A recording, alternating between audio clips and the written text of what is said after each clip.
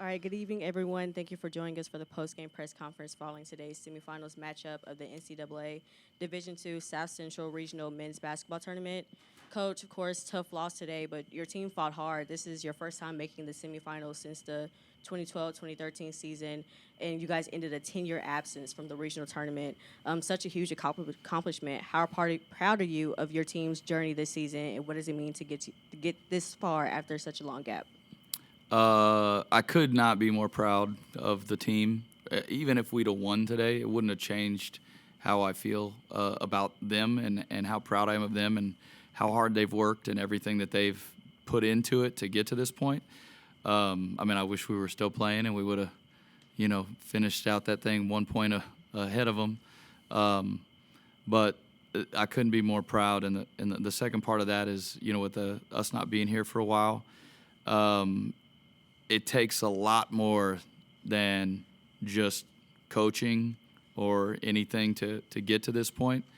I think we have an awesome support system at the school that has gotten better and better from the top down. Administratively, they're putting us in positions to be successful.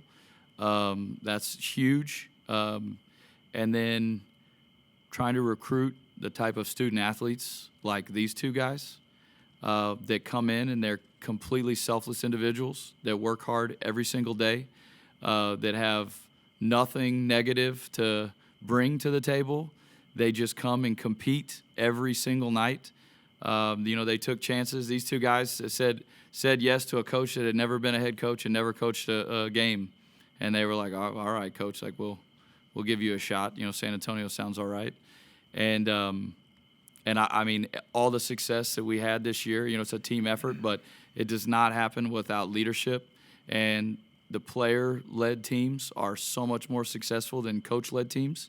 And these two guys are why we're sitting here today, why we just took one of the best teams in the country to the wire, why we beat a very good team yesterday. And the type of season we had is all credit to these kids in the locker room and the leadership of these two guys. You talk about leadership. You have a strong group of seniors that are on this team. How proud are you of their impact they've had on the program and what contributions they've brought as they, might move on from the program? Sure. These guys, I don't know how many hours of community service they put in from last year to this year, doing basketball clinics for little kids at elementary schools and parochial schools around the city, and going to an incredible facility called Haven for Hope and donating time for homeless people and cleaning up after them and stuff on campus. And our team GPA was a 3.3. St. Mary's, they don't just give degrees away there. You earn what you get there. And so for like these guys, they set the tone for all that. And like I said, they said yes to a guy that had never coached a game as a head coach. And they battled like crazy for 2 years. And I'll be in contact with these two guys forever, Franklin, and probably get about 600 more hugs before the semester's over. He's a giant teddy bear, even though he tries to act like a big tough guy. And I've sworn Lockie's getting a trip out of me to Australia, so I'm gonna go hang out in Australia at some point with Lockie. Beware the spiders in Australia. Lachlan, in spite of the loss, congratulations on surpassing both the 900 career points and 700 points in your 2 years with the Rattlers. How does it feel to reach those milestones, and what does it mean to you, especially the journey that you've had with St. Mary's? I've had a really good experience at St. Mary's. Coach Bubba's really great, and Coach Dealer's awesome.